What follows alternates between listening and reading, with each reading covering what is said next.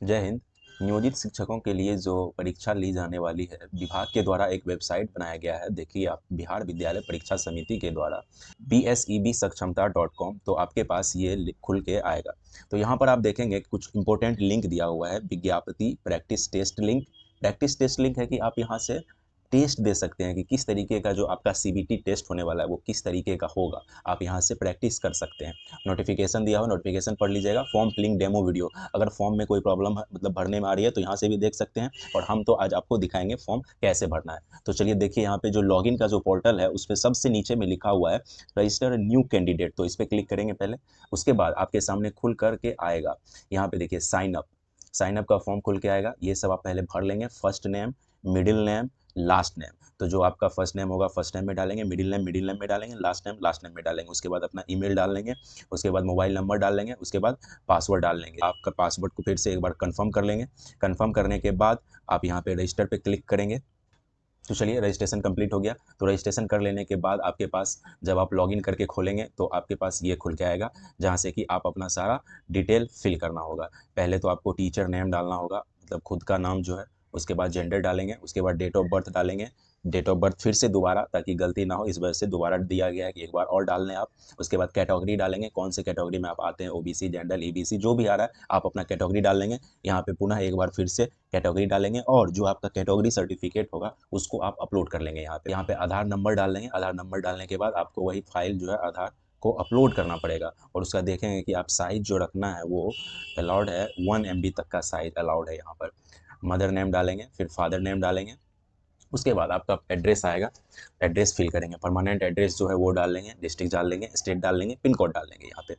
ठीक है। उसके बाद देखेंगे कि आप फिर से आएगा कोरस्पॉन्डेंस एड्रेस। तो अगर आपका परमानेंट और कोरस्पॉन्डेंस एड्रेस दोनों सेम है तो आप बस यहाँ पे एक बार क्लिक कर देंगे।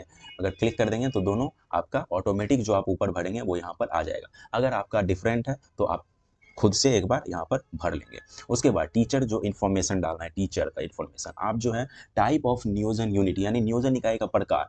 तो नियोजन इकाई का जो प्रकार है देखें यहाँ पे दिया हुआ है। पंचायत के हैं कि प्रखंड है, जिला है, नगर पंचायत है, नगर परिषद है, नगर निगम है, जो भी है आप डाल लेंगे। पंचायत है तो पंचायत, प्रखंड है तो प्रखंड, जिसमें भी आप आ रहे हैं वो इसको डाल लेंगे।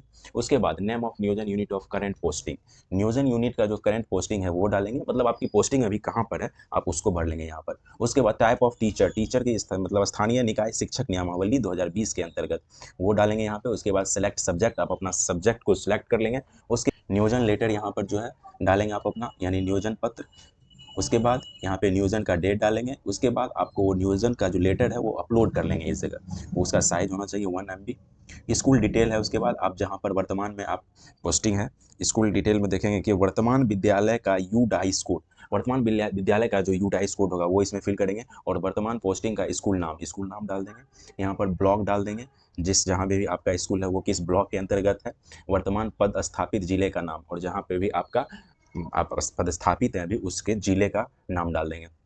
उसके बाद आपसे पूछा जाएगा, यहाँ पे पढ़ें, तैनाती के लिए 3 जिले का चयन, मतलब उस एग्जाम क्वालिफाई होने के बाद जो आपको पोस्टिंग दी जाएगी उसके लिए आपको 3 जिले का सेलेक्ट करना है। 3 जिले का, तो पहला, दूसरा, तीसरा, यहाँ से आप क्लिक करके सिलेक्ट कर लेंगे। फिर दूसरा, फिर तीसरा, तीनों सेलेक्ट करने के बाद फिर आगे बढ़ेंगे। आगे बढ़ेंगे तो डिटेल ऑफ एजुकेशन, एजुकेशन यानी शैक्षणिक योग्यता का विवरण।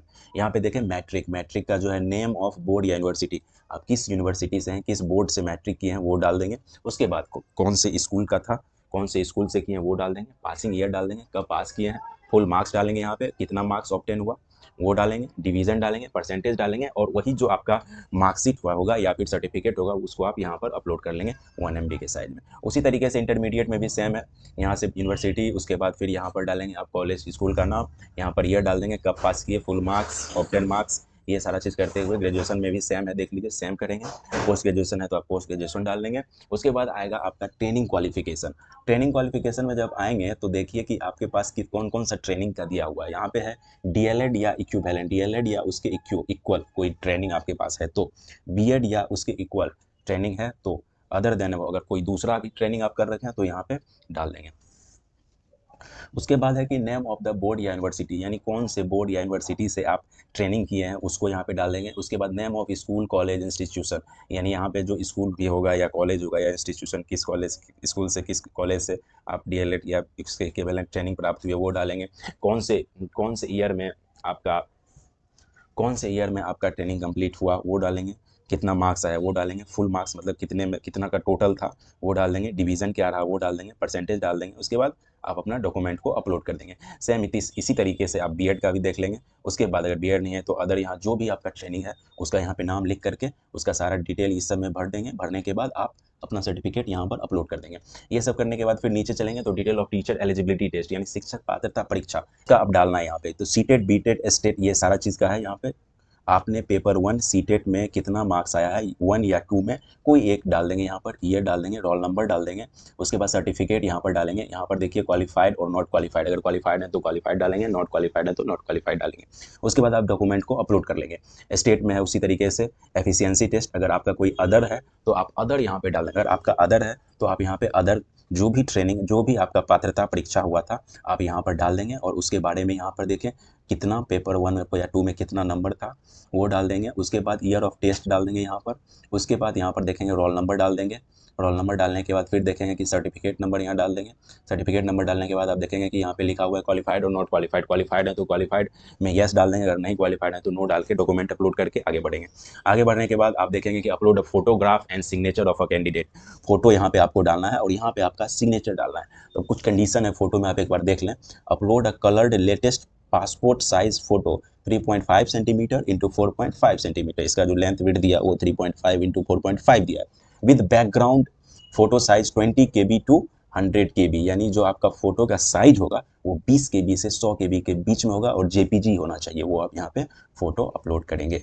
उसके बाद सिग्नेचर अपलोड कर देंगे। इसमें सिग्नेचर का जो साइज होना चाहिए वो 10 KB से 50 KB के बीच में होगा। ये सब करने के बाद आगे आप यहाँ पे एक बटन है जो कि आई कन्फर्म ऑलरेडी है, वो करने के बाद आप यहाँ पर सेव कर देंगे।